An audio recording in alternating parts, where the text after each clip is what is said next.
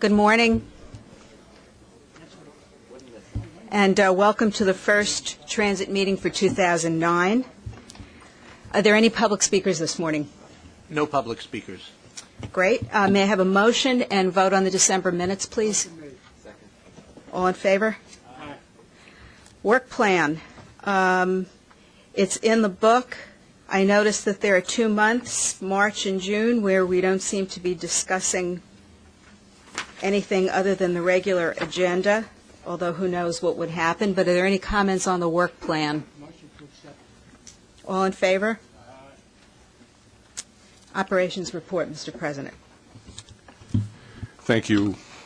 I would like to start off the operations report today by commending Chris Solars and Matt Farisi, who set a new record for navigation of the entire subway system, all 468 stations. It took them 22 hours and 51 minutes. The old record was 24 hours and 54 minutes, so that's better than a 2-hour improvement. We're thinking about adding this to our measures of on-time performance and asking committee members to actually do the track. How long do they have to stay at each station? Just put 1 foot in the station and then they get back out? They're just riding through it. Just riding through it. They get off the train at the platform and not even stop. They just go right As long as the train stops at the station, so they have to go on the local train. I want to mention that the previous record holder is a transit employee, one of the previous record holders. For absolute on-time performance, the results for the month of November 2008 are 73% system-wide, 61.6% for the A division, and 80.7% for the B division. For controllable on-time performance, the results for the month of November are 90.6% system-wide, 87.8% for the A division, and 92.4% for the B division. Now, Andrew Albert asked last time for the Grand Central Times Square shuttle results. We didn't have time to put them in the book this time. They will be next time, but there's a handout at your Thank you very much. At your desk. In terms of the delays, delays are up again. We are still in the process of capturing. I think we capture all the delays now, and we're working on refining the reasons for those delays. The first month that we will have completely transitioned to the new system, which is primarily at this point a manual system, will be for the month of January. And so at that point in time, I think comparing that January matrix to the past matrices will be a very interesting exercise. Monthly results for weight assessment are as follows. System weight assessment was 87.4% in November, up 1.6% from 86% a year ago.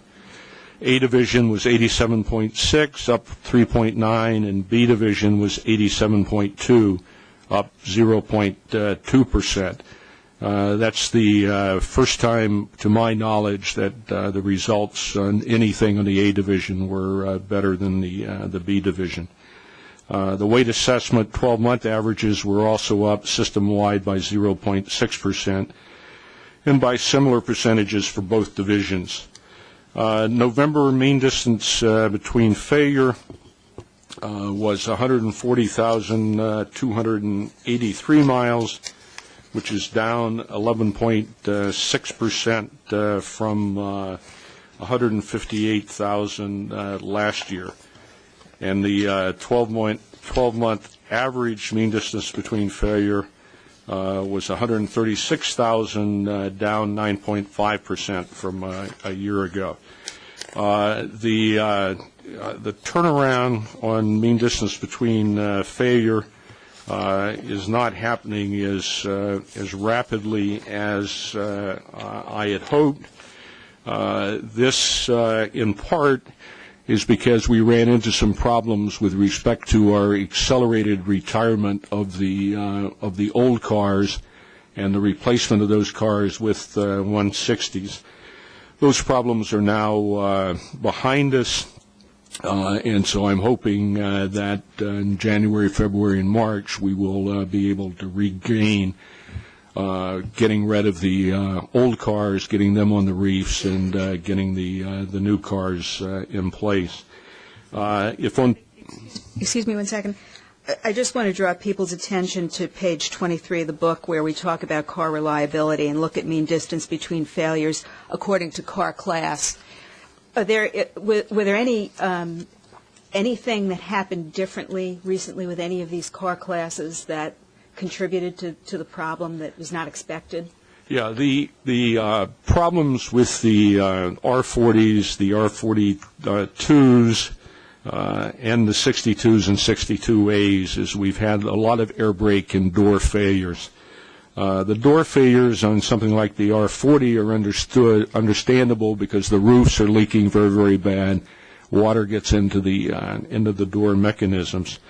We've also, though, had door problems on the R142, 142As, and 143s, and that's been a big disappointment. We're having problems with the door monitor control units and the door control relay panels, and we have the both Alstom and Kawasaki are working. It's primarily a Kawasaki problem, but they are working with us to resolve those problems so we can get those cars back up into the 250 to 300,000 miles between failure range, which is where they ought to be. And they're under warranty? They're still under warranty. Isn't that Bombardier as opposed to Alstom? I'm sorry, Bombardier and Kawasaki, with the problem primarily being on the Kawasaki cars. The R160s are performing clearly the way we would like cars to perform. They're up in November. They were close to 500,000, 478,348, and the 12-month average has gone from 156,000 last year to 303,000 this year. What I am going to be doing on a monthly basis from here on out is giving the committee a detailed car class by car class breakdown. The other thing I'd like to report is, remember, we put as one of the policy initiatives in 2007, we put Eagle teams into the budget. And these are teams that go out and patrol the yards at night to deal with the people who come in and graffiti the cars in the yards. In 2007, and then the NYPD covers the layup areas for us, and we had improvement in both areas. In 2007. There were 110 major hits in layup areas. That was reduced to 80, which was a 20% decrease. Where the Eagle teams are employed, the yard hits were 73 in 2007, and that was reduced to 33 in 2008 for a 54.7% reduction. Overall, we reduced from 183 to 121, which is a 33.8% reduction. Obviously, we're talking graffiti, but this also is a security thing as well. If people can come in the yards with a couple of gallons of paint and paint the cars at night and then leave undetected, they also could come into the yards with other things that weigh somewhere in that vicinity and leave the yards unprotected as well. Buses, overall November bus performance was good. AM weekday pullout performance was 99.96%. PM performance was nearly as high as 99.94%. The 12-month average indicators were 99.81 for AM pullouts and 99.89 for PM pullouts. Completed trips averaged 98.85 in November and 98.80 over the last 12 months. Bus mean distance between failure was 4,312 miles in November, which was down 1.8% from 4,392 miles last year.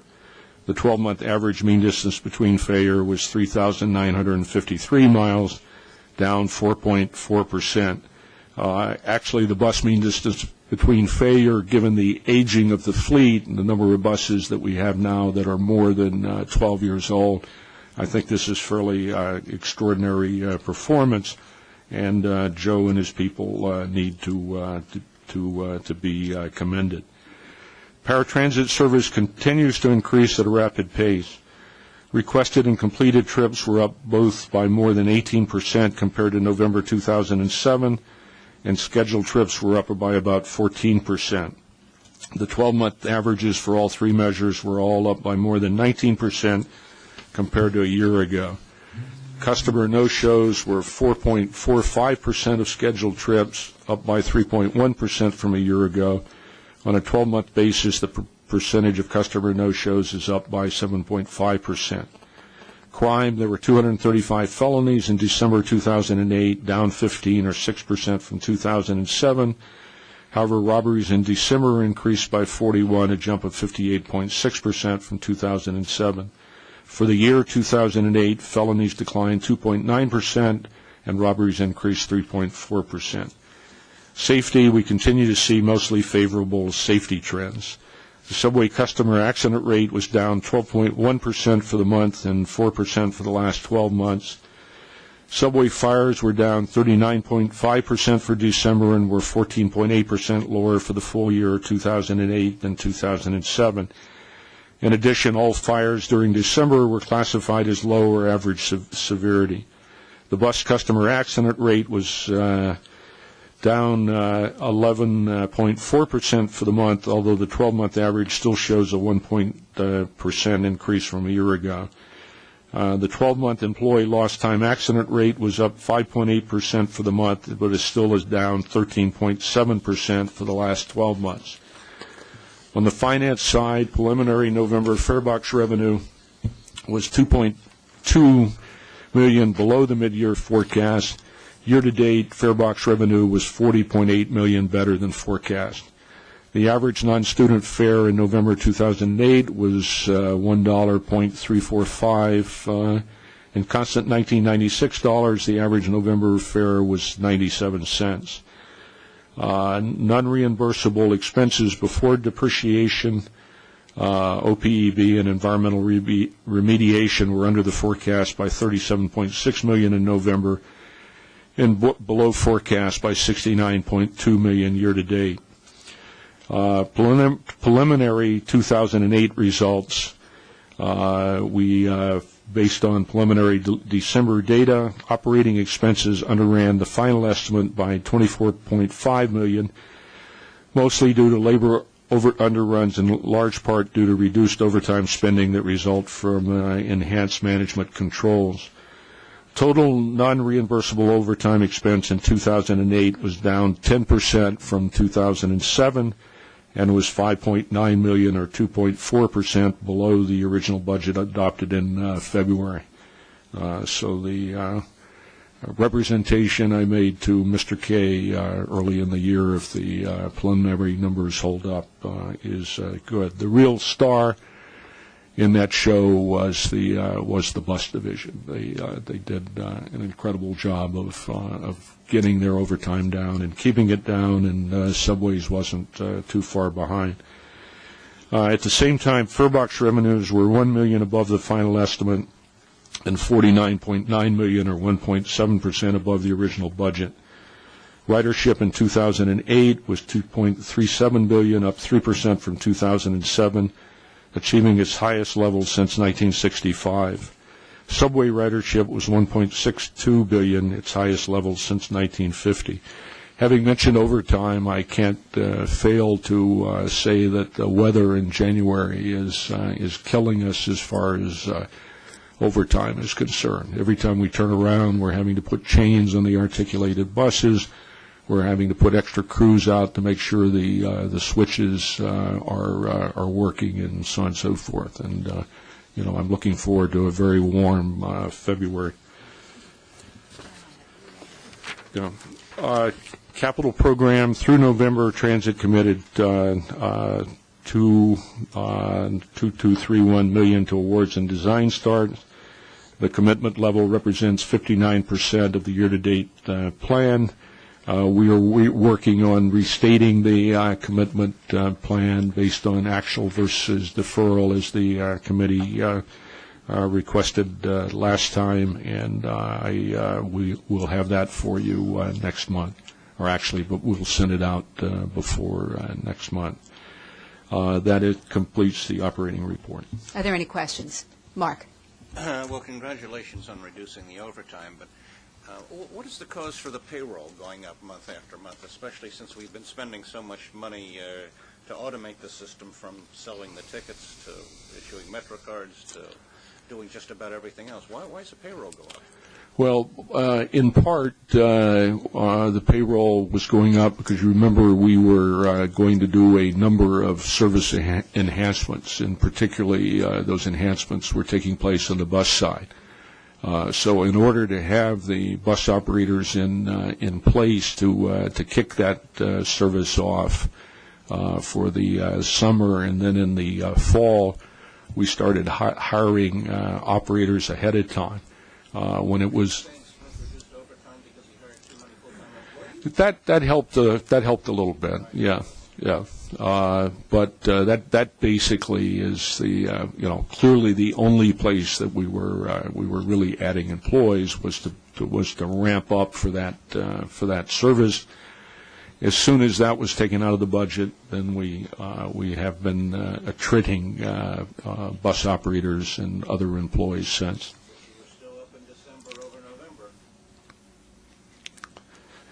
Yeah, we are working our way down. The other thing that hits the budget in terms of the expense budget is that we budget our reimbursable use of employees for capital projects.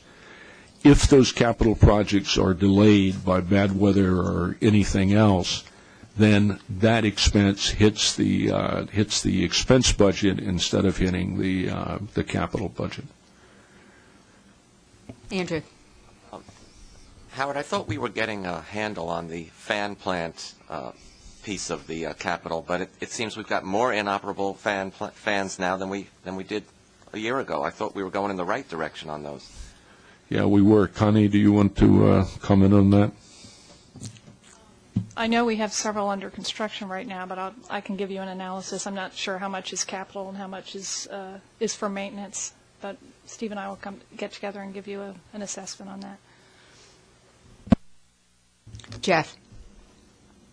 Just a few questions in different areas. On paratransit, there's wide changes, 98% for the month for early cancellations and down 42% for late cancellations for paratransit. I guess this is a good thing if we have more early cancellations rather than late. These are big swings, though. Is this a trend? Is this, what can you attribute this to?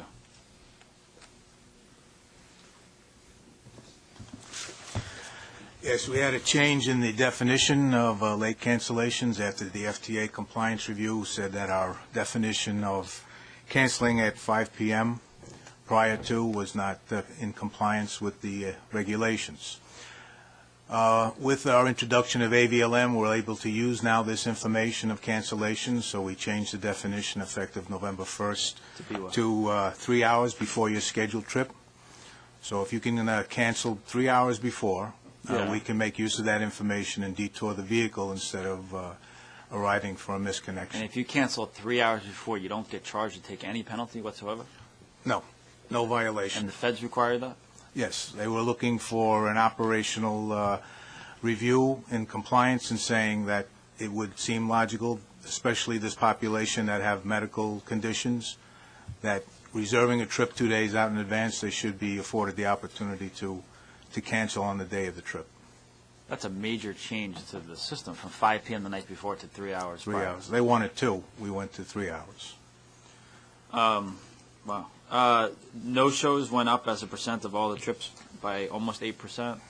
What's that attributed to? We had two severe weather days. Our population, whenever there's an extreme weather pattern, we're going to see late cancellations and no-shows increase. Thanks. On the financials, the numbers seem actually fairly high, and I think the answer is more in what it's compared to. I had the same question in bridges and tunnels. This is compared against the mid-year forecast as in July. Is that right? Yes, it is. So the fact that this shows we're up 100 and some odd, $130 million against mid-year, what are we up against the budget we passed, and why do we bother showing against mid-year forecast? This is the convention, I guess, is the word that the MTA adopted when it redid its financial cycle process, which is that we do comparisons against the original budget through the July board. At the July board, the mid-year forecast is presented.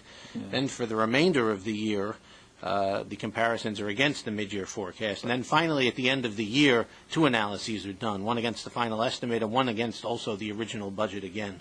But didn't we just pass a budget in December, assuming an updated November forecast? Yes, we did. However, the results, that does not take effect until the next meeting. So then I guess my question is, November to November, what's your estimate? Are we up $140 million at the end of the year, or are we somewhere even, based on maybe downward forecasts after the mid-year forecast? I'm sorry, the comparison you're asking for is? What's your guess, even though it's not standard practice, as to what we're up against compared to the budget we passed in December? We passed the budget in December assuming a 2008 number, right? Yes. This says we're $133 million over what we thought we were going to be in 2008 back in July, but we actually have a number that we passed in December of what we thought. December being a month ago. I'm sorry? When you say December, Yeah. you mean last month. That was, last Right. month, we assumed the number for 2008. And on that side, we're doing okay, actually. That was what President Roberts mentioned at the in his comments. I think it's 24 million, was it? I'm sorry. Let me check. Right. The preliminary number is that expenses will underrun the final estimate by $24.5 million. And what about ridership, when this that shows up by $52 million? Ridership, well, the final estimate was prepared very close to the end of the year, so the answer is ridership will be slightly above. I'm still confused, but I get it. Sounds like we're not up 130, but we're certainly up 80. I don't know. I guess it's in the format of the way this is presented that we're comparing it against an outdated forecast. That may be part of the problem, yes. Jeff, I want you to be unconfused, so could we make sure that Absolutely. he and all of us get that So we get, information? next month that changes because we're against final, right? That is correct. Norman? Just to go back to that para transit, the FDA has policy and procedure in place. Can we get copies of the policy and procedures that are in place by the FDA to ensure that you're in compliance? Because a lot of people complained about that system. So in fairness to them, and not to pass judgment on what you're doing, I'd like to see a copy of the FDA's policy and a copy of what you're doing to ensure that you're in compliance so that these individuals that are subjected to use your system and use the system, that they're being taken care of properly. Can I get that? Yes, we can give you a copy of the compliance review with the FTA comments and our responses. Have you been fined by the FDA? No, that was to avoid a fine. Okay, so they gave you how much time to straighten out that problem, and how did this come to light? We told them that we were introducing technology. Their assumption that late cancellations could be an operational benefit for us to redirect our vehicles. We said we couldn't do that without technology. As we're rolling out the automatic vehicle locator GPS system, we can now take advantage of it and change the definition. And that was accepted by them, and they closed out the compliance review. All right, they closed it out, but prior to that, they directed you to do something. Yes. And what did they direct you to do, and what was the penalty that was imposed upon you? They directed us to change the definition, the definition we had of canceling 5 p.m. before.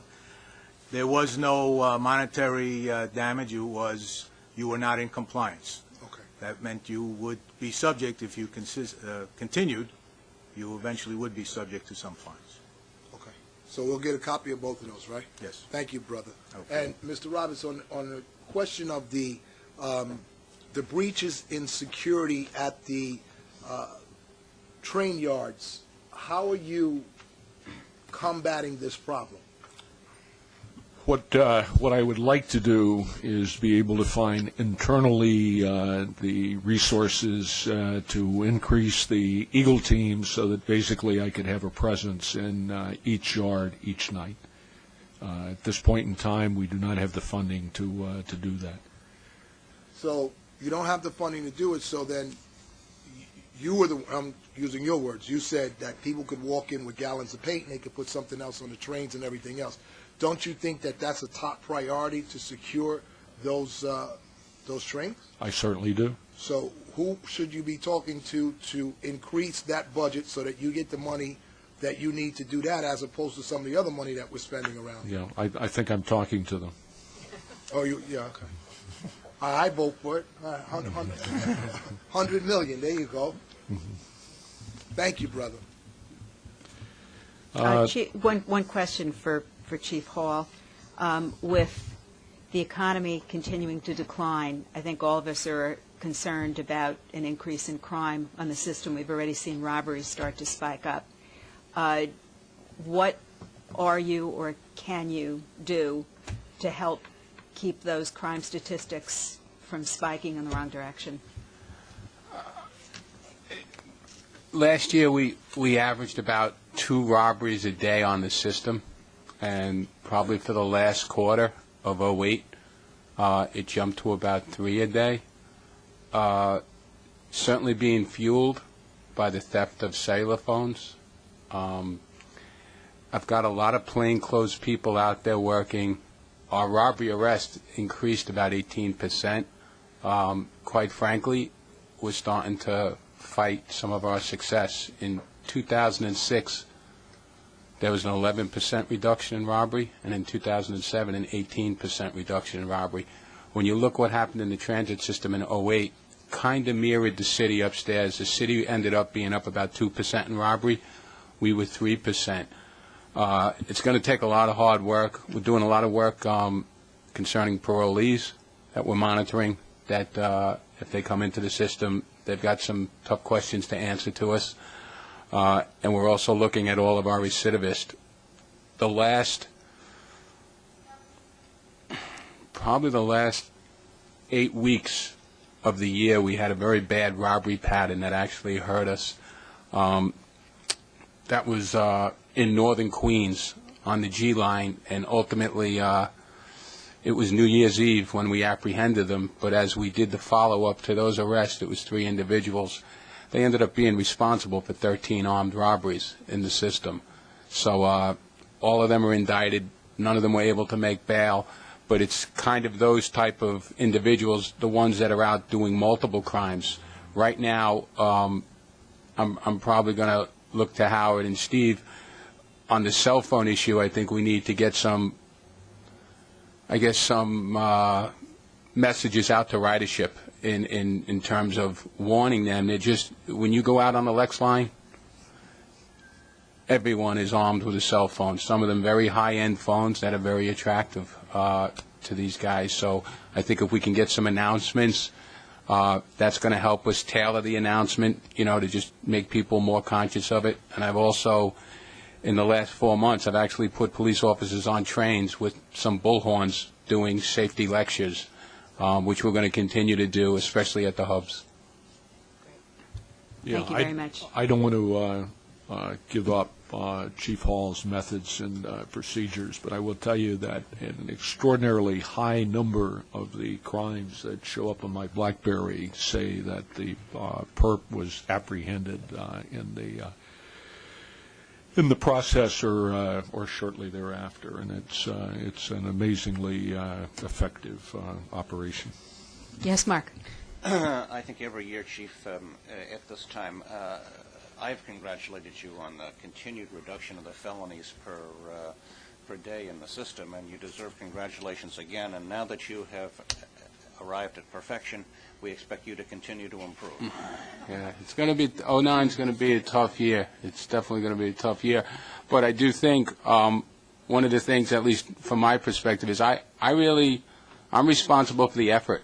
And if I think the effort is lacking on our part, I can be a difficult guy to deal with. If you look at the last 2 years in the Transit Bureau, we show the greatest increase in arrest activity of any bureau in the city.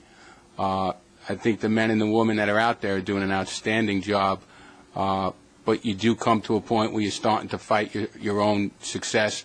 But I think you'll see in 09, you'll see that effort continue to be, top shelf. You couldn't spend any time at my house with my kids, could you? I have my own. Thank you, Chief. Judging by all the hardware on your shoulder there, we're very, very pleased to have you sitting in the chair you're sitting in. Thank you. Thank you very much. And Norman, I just want to go back to something you said. I think it's the sense of this committee that we would like to see more security at the train yards. I'm getting that as almost unanimous. I'm going to sit down with Howard and Michael and see how we can move things around to get more Eagle teams on the ground, because I agree it should be a top priority. And not to belabor the subject, but in terms of protecting the cars, the trains that are out in layup areas, again, that is on Chief Hall's shoulders, and he is trying to balance providing that protection with everything else that he has to do on the system. Why isn't the MTA police involved in this? In this protection, why aren't they playing a major role in this, being that it is part of their system? I don't know if Chief Hall wants to speak to that. I'll speak first. Historically, the division has been that the NYPD has pretty much covered the subway system and the layup areas in the subway system and so on and so forth. The MTA police have primarily protected have been for essentially the railroads, and that's been the division. So are you open, since you say historically, are you open to change? That's something that is discussed from time to time. There is. I'm sure, particularly you can understand the idea of mixing responsibilities Would you between. consider assigning some of these duties to New York City correction officers? That's an idea. Yeah. Well, look, it is what it is at the end of the day. But I think that you get more bang for the buck if you start to incorporate the MTA police with the NYPD, because there are a number of officers that can be utilized in bringing this area under real security. And I don't think this is the session for it, but when we go into executive session, I'd like to speak more about that, because you can't have people just walking up to these trains and walking away. I mean, look, there was one guy, I forget his name, but he's been on the train 15 times and said he's a conductor. So, anything is possible. We got to really do something about that. Yeah. The other thing I also would have to say is, in terms of intelligence and in terms of really dealing with graffiti on an organized basis, Chief Hall has been fantastic there. When they bust these guys, they get search warrants for their computers. They then use those to develop evidence for that person, but people trade information and pictures. As a matter of fact, the mode, probably most of you know, in the old days, fame in the graffiti community was when you painted the mural on the side of the train and people saw it running all around the system with your tag on it. That's changed now. The Internet is the primary thing that you use to get credit for graffiti, and that a lot of times after the hit, they take the pictures for the internet and then they obscure their tags so that GEMS people can't run them down based on the tag. You have to have art appreciation classes or non-art appreciation classes to figure out who the painter was. If they use the internet, we learned from the last hour session, never rely on Lockheed or Siemens. Mark, did you have a question? I think that, clearly graffiti in the yards is a concern, although, as I've been listening this morning, the statistics on the numbers of these problems have actually, I think, been coming down over the last few years. And I think that upending whatever logic and coordination we have between ourselves and the NYPD, which took over the management of the transit police, as I recall, a few years ago, and upending our sort of hopefully careful consideration of priorities and where to deploy resources, which by definition are never going to be infinite, is something we shouldn't do. I think that fine, we can voice our concern here, but I think that to take resources from somewhere else and put them here on the basis of our information this morning, as opposed to on the basis of the professional judgment of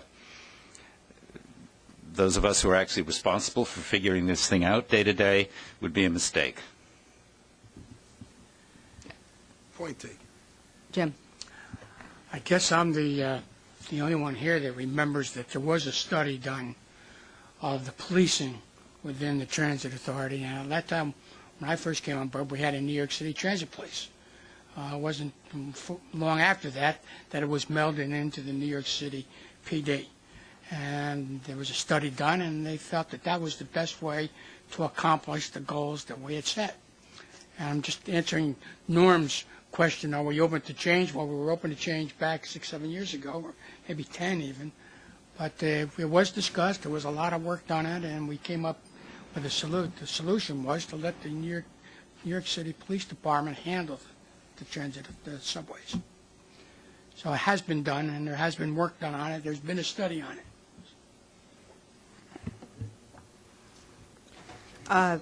Procurement agenda. Time to move to procurements. The procurement agenda this month includes 10 actions in the book totaling $4.6 million in expenditures. I ask for your approval of these actions. Could I have a motion and then discussion? I move that the items be adopted. Okay. Andrew? I'm a little concerned about the fuel item.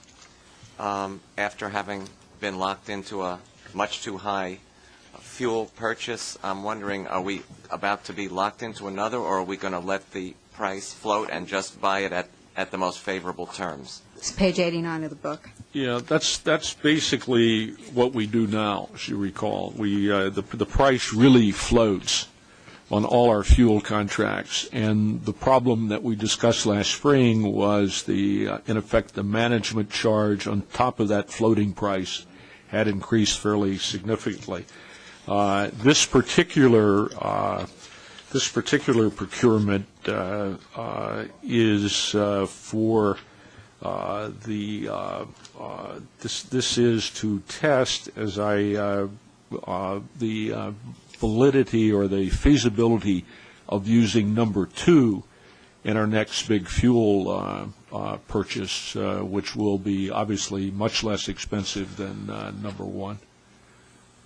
Without any kind of deleterious effect on the vehicles? Well, that's why we are doing this. We're actually doing it at 2 depots. We've done lab testing, and the whole purpose is to determine whether, in fact, we can operate with number 2 without any significant deterioration in performance, without any significant increase in emissions, And with number 2, the other thing that's always a consideration is, can you use just pure number 2 in the wintertime?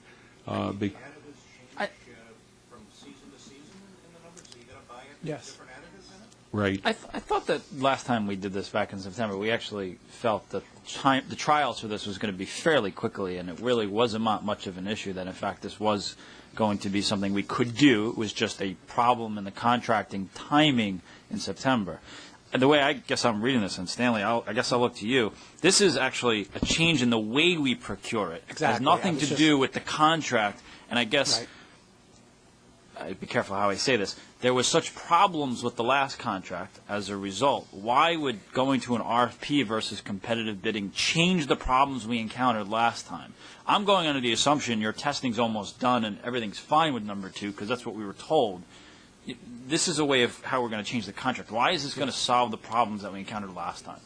The testing has occurred earlier, late in 2008. We brought D2, which is the lower grade fuel, which is a more fungible fuel than the fuel we've been buying, to Southwest Laboratories, and that was approved by the board, and that laboratory testing was done. We've done some pilot contracts at 2 depots, which Howard was referring to, which we will bring to the board for approval retroactively, and they are getting that fuel in the ground just now as we speak. One contractor is on board at 1 depot, and the other is about to start. So we'll actually see the vehicle's performance in the cold weather. This item in the package, to do it as an RFP, is we've been working very aggressively since last summer to try to bring in some other players in the market to see that they both have the ability to blend the fuel to meet our requirements in cold weather, because D2 has different performance requirements in winter than the fuel we're using now. It has a tendency to thicken in cold weather that our current fuel doesn't have. And in all of our discussions with the vendors to make sure that they both have the resources to bring the fuel in, as well as the logistical ability to deliver to all our depots in a timely way, we decided that an RFP was really the best way to do that. Because as we discussed with them... 27 depots? Yes. Not So, in now. Not now. But that's the idea. That's the idea, right. And so the reason for the RFP and discussions with them, they raised a lot of questions about our contracts, our contract requirements, our specifications, our terms and conditions, and in order to maintain their interest, a negotiated procurement is really the best way to go to keep them involved and to keep the procurement competitive. Well, we certainly should do everything we can to keep them involved, unlike what happened last time. What the current contract with, I guess, Sprague, when is that up? That expires in September of 2009.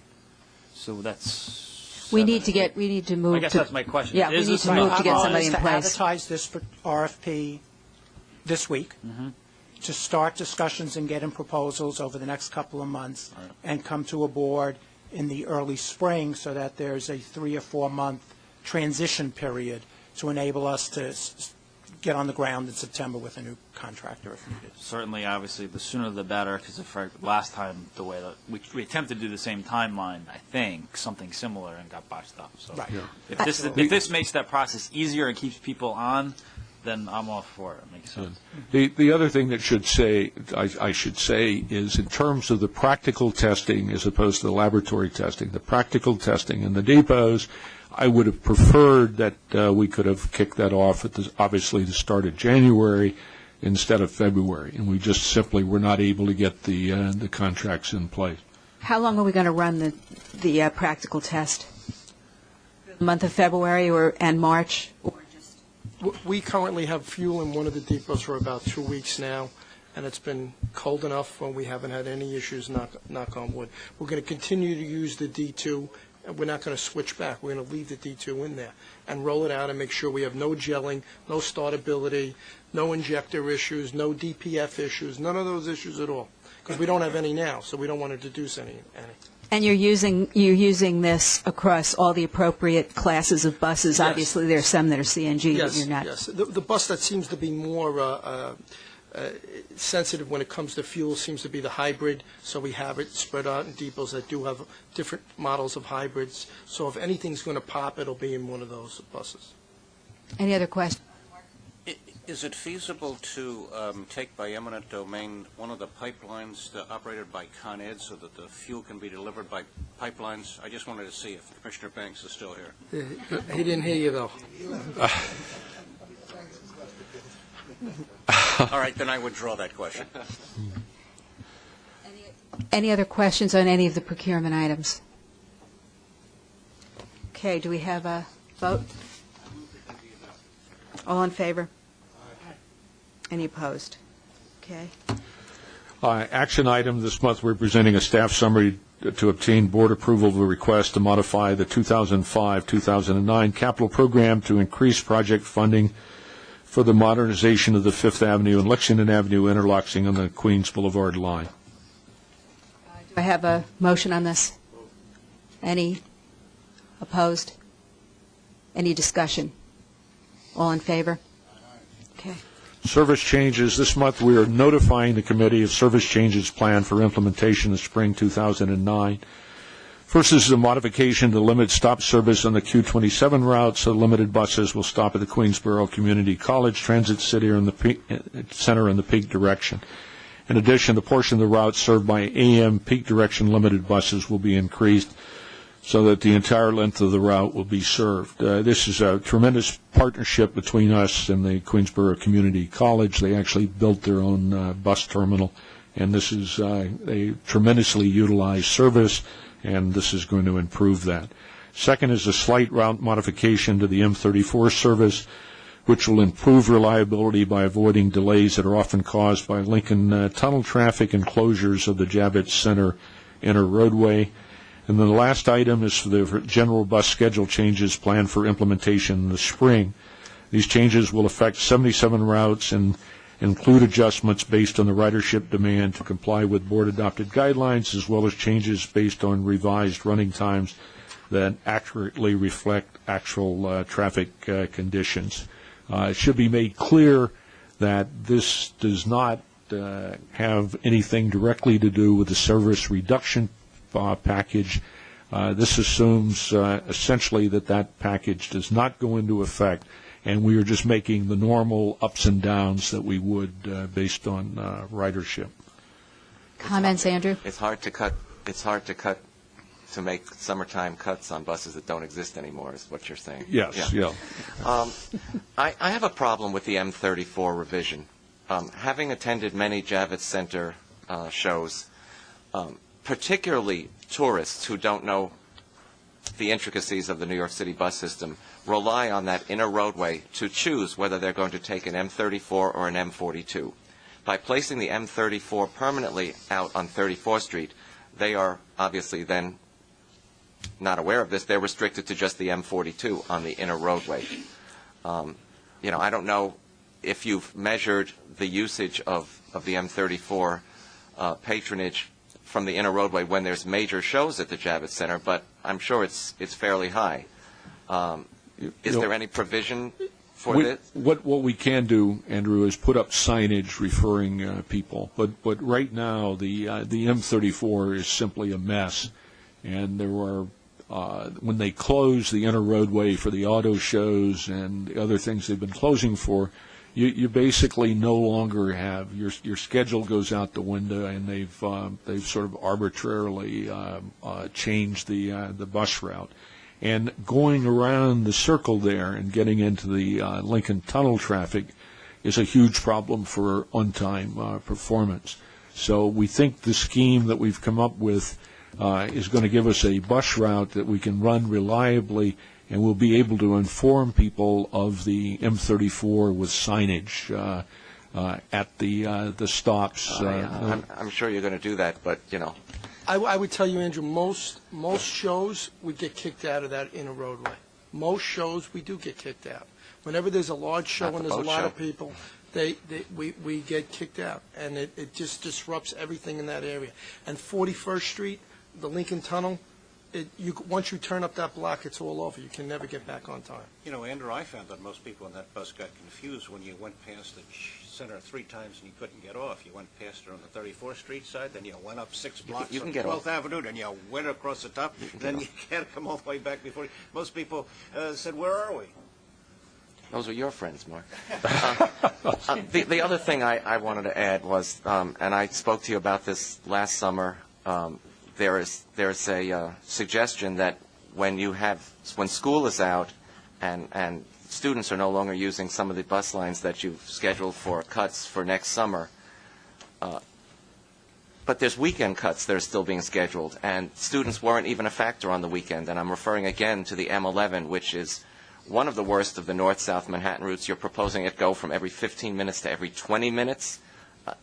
For a major Manhattan north-south route, which is arguably the least frequent as it is already, I just know you're going to be hearing from the Chelsea and West Village communities and the Upper West Side community again. Specifically, it's the only bus south of a certain point on 9th and 10th Avenues.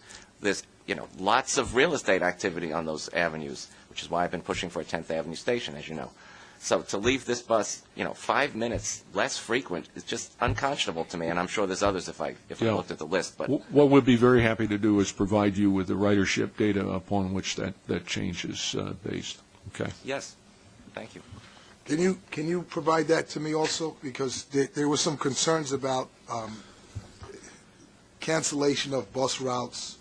And my question is, when you did the analysis, does any of these buses connect to a municipal hospital or they're in the area of it that would eliminate people from being able to get their children to a hospital? No, are you talking about these normal changes, or are you Yes. talking about the service rationalization package? The entire package. Okay, we can get that for you. All right, thank you. Okay. If there are no additional questions on the transit portion, we will close it and move on to bus. Just as we're doing that, the final 2 sections of this month's agenda include I'm a sorry. status report on the AFC program and a report on bus technology programs, both for committee information. I'm terrible. Were there any questions about either of those 2 reports? Okay, let's move on to bus. Thank you, Howard. Should I say good afternoon? Madam Chair, members of the Bus Committee. I would ask that members of the Bus Committee approve the minutes of the previous meeting held on December 15th. I would also ask that members of the Bus Committee approve the proposed 2009 Bus Company Work Plan. Thank you. Okay, starting with operations performance. Bus performance overall continued to be solid in November. At both AM and PM pull-out performance was 100% during the month. The 12-month average indicator was 99.76 for AM pullouts. The annual goal is 99.52. Completed trips averaged 99.78 in November and 99.33 over the last 12 months. The annual 2008 goal is 99.54. MDBF was 53.54 in November, up 23% over November 2007. It's the single highest MDBF ever reported by MTA Bus in a single month. The average MDBF of 46.67 is 45% better than a year ago. The average goal is 37.67. The annual goal, is 37.67. Under safety trends continue to be favorable overall. The 12-month average for bus collision and customer accidents was 5.96, down 8% from last year. The annual goal is 5.67. The 12-month average for employee lost time in accidents was 5.89, down 14.9% compared to 2007. The annual 2008 goal is 5.97. In regard to ridership, total ridership from November was 0.8% over November of 2007 levels and up 10% or almost 11 million riders for the 12-month period ending November 2008 over the prior 12-month period. Average weekday ridership in November was 5.9% over 2007 levels, and average weekend ridership was also up 4.2% for the same period. In regard to financial results show that the 2008 farebox revenue through November was $3.1 million or 2.2% above mid-year forecast. Non-reimbursable expenses before non-cash adjustments were $8.5 million better than the November financial plan forecast year-to-date. The November forecast incorporated the full level of funding necessary to deliver the existing service requirements.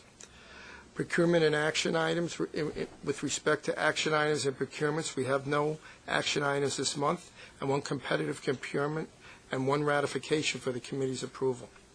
The competitive procurement is to award 2 miscellaneous service contracts for collision and body repair of MTA non-revenue fleet for a combined total of $50,000. This procurement utilizes 2 competitively solicited New York City Transit contracts to Nationwide Auto Painting and Central Auto Repair and Body. Each is estimated to be of $25,000. I seek the committee's approval of this competitive miscellaneous procurement. Is there a motion? All in favor? Okay. The ratification action seeks board approval to award a 1-year personal service contract to Aegeus Tech for VAX programming. Services in total estimated to be an amount of $246,480 for 1 year, with an option to extend for an additional 6 months. The VAX system is used to process payroll for over 1,000 employees at 3 MTA bus depots. The VAX system experiences frequent processing and system problems due to the age of the system. It's an old system that we inherited. MTA Bus is in the process of migrating both VAX and AS400 system. It utilizes to the Long Island Bus GIAC payroll system through 2009, and then to the Business Service Center platform eventually. This contract award uses New York City Transit's temporary computer professional contract involving 16 different firms that was approved in September 2008 by the board. We used all 16 companies to fill this, to see who gave us the best proposal. This contract is vital to address any payroll problems that we have right now with the VAX system until the migration to the Long Island Bus GIAC system is completed. I also seek the committee's approval on this ratification item. All in favor? Okay. The next is information to the bus committee is a service change. The service change revision involves both the B103 and the BM2 routes in Canarsie to eliminate their current inefficient counter-directional operation. This change will increase operational efficiencies and improve overall travel time at a net savings of approximately $180,000 annually. The last item for information is a report on the various bus technology programs managed across all 3 bus agencies. This report parallels a standard follow-up report included in New York City Transit's committee book and will be included as information on a quarterly basis for the MTA Bus Committee as reflected in the 2009 work plan. That saves money, $180,000. Yeah. This concludes my remarks on to the bus committee, the agenda for the January committee. Any questions? Hearing none, is there a motion to? Norman. Yes. So let me answer a question, brother. When you purchase new buses, right, are you asking for CCTVs to be, or monitors to be put in, or cameras to be put in the buses? We're currently looking at that right now to have the bus camera system to be the same. Once we finalize the bus camera that we want to be the same for all 3 model buses, for all 3 companies. All right. And my next question, are you putting in, it's a speaker system, but you hear it all the time when you get on Hertz buses and you're going, there's an announcement going across the speaker system while you're on the bus. That would help with this public relations on what's closing, what's moving, what's happening on these bus lines. Are you doing that? We're looking at a pilot right now that we're going to be running in the city for a few buses on a certain bus line. Okay. Thank you. He's great people. Is there a motion to adjourn? All in favor? Thank you all. See you next month.